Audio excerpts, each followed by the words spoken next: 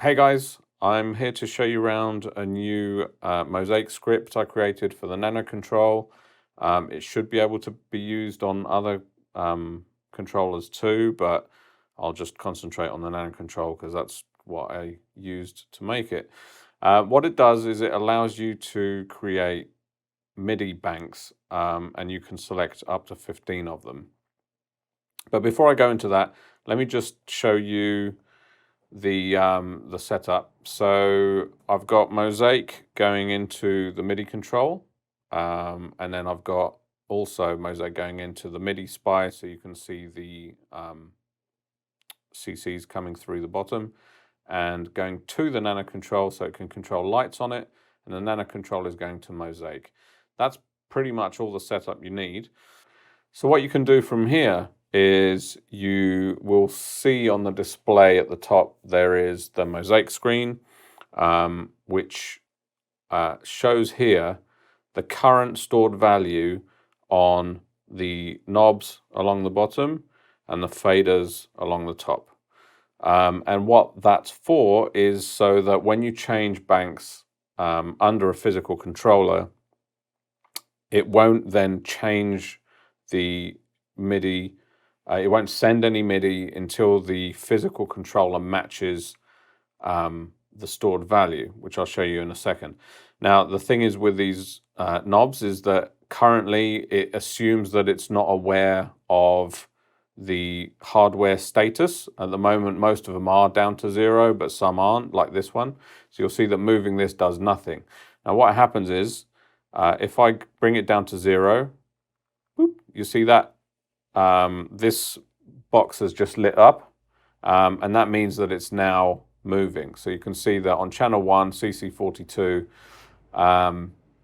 it's sending MIDI as you'd expect. So the same thing with this. This wasn't on 0. I'll bring it down to 0. Now it's on 0. So from there on, I can change these controls. Now, if I go up and then back down to 0, you'll see that it's now aware that this is on 0. So if I go to baNK2, so if you notice just above here, there's stored values for MIDI channel 1. If I click here, it's now MIDI channel 2. So you'll notice that the box here is green because it's aware that this is on 0.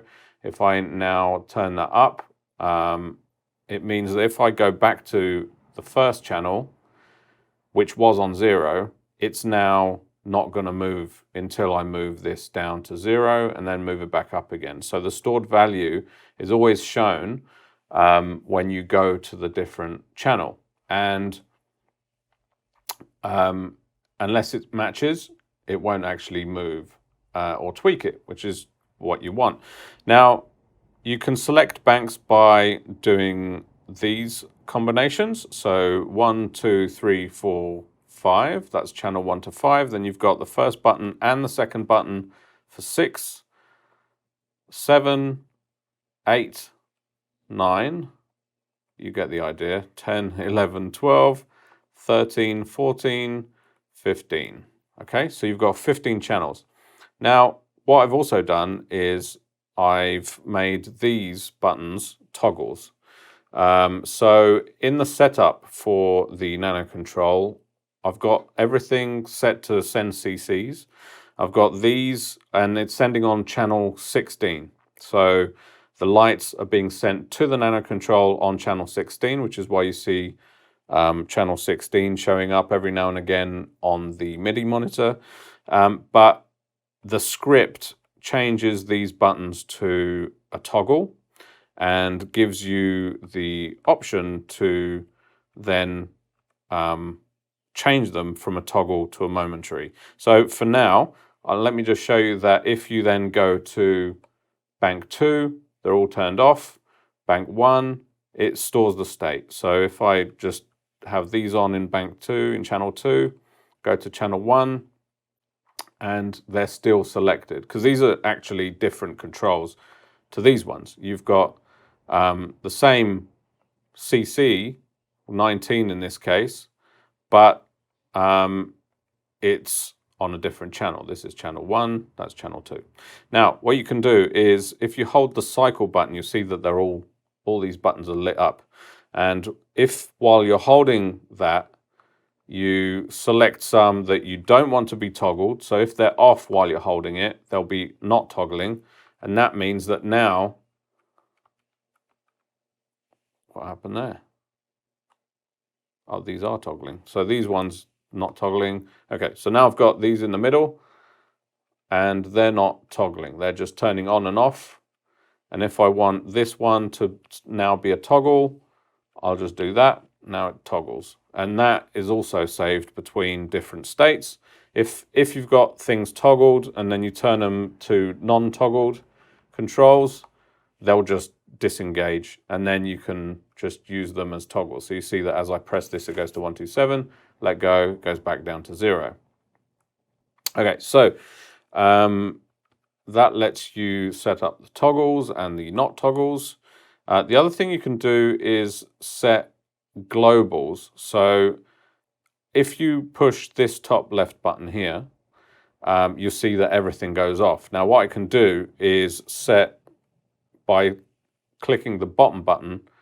When I let go, you'll see that these two have gone yellow. Okay, what that means is that this is now sending out on channel 16 and is global. And so is this one, because that's what I told it to do. Which means that if I go to another channel, it's still going to be on channel 16 and it's locked to its value. So it's not actually needing to do any value matching. It's actually just on channel 16. So if you wanted to, you could make them, if you just wanted it all to send out on channel 16 and never have any value problems, you can do that. But that's kind of defeats the whole object. So now what you can do is turn it back off global. So basically it treats channel 16 the same as any other channel. These are now back to channel 3, or let's put it back to channel 1. This is still global because if I press the top left, I see that it's still highlighted. Obviously it's green because it's matched, so as I swap it, it doesn't do anything. If I turn off the matching, now this is now channel 1 again. And if I turn it back on, this is again the same CC. So it's CC 44, but it wasn't matched, so it wasn't changing anything. So if I bring this back down to 0, go back to not global, now it needs to be at 83, go back to global, and it's the same as anything else. It's channel 16, but the same CC number. So the mapping file that you need for this is on my Ko-fi page, which is linked down below. Basically, the way it's set up is that these buttons are global, 0 to 10, 0, 1, 2, 3, 4, 5 being the map selection buttons. And then these two are selection buttons, and then these are just not doing anything at the moment. And then what I've done is I've made all of the solo mute and record buttons then go from CC11 across each row up to 34. And then 35 is this controller here up to 50. So if you're going to map your own controller to do this, you basically should make sure that all of the buttons are grouped together in clumps and the highest button is mapped lower than the first slider. And then from there, it should be fairly straightforward to adapt the script if you need to. But hopefully you don't need to, because you can download my setup. So that's basically it. Now you can use this to map these controls to anything in AUM as you would normally. If I, for example, go into these mappings, well, let's go in here. So I'm just going to open this mapping, hide that for a second. So if I go to MIDI control, channel 2, assigned volume, and I want to MIDI learn that to, let me bring this back now. I'm going to MIDI learn that to that's set to global. I'll take it off global. I'll remap it to channel 1, and then I'll map this one to channel 2. Well, it's still channel 1. Let me make it channel 2. And I'll make it actually the same controller. So let's see what happens there. Now, what I'm going to do is just move this over here so you can see what I'm doing. So you see, now this controller is set to channel 2 and it's moving the second fader. If I bring it back to channel 1, it will move the first fader. And if I have the fader up and go to channel 2, now fader 2 is not jumping to what fader 1 was until I go back to 0, and then I can tweak it up. So that's really the reason to have a pickup script. It means that I can just gently go up and down and tweak it that way.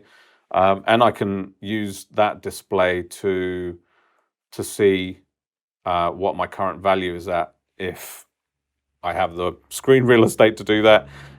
Or you can use your memory, I suppose. But yeah, so that's basically the script. Let me know if you have any issues or suggestions, and hit like and subscribe if you want these kinds of things in future. And I'll see you around. Cheers.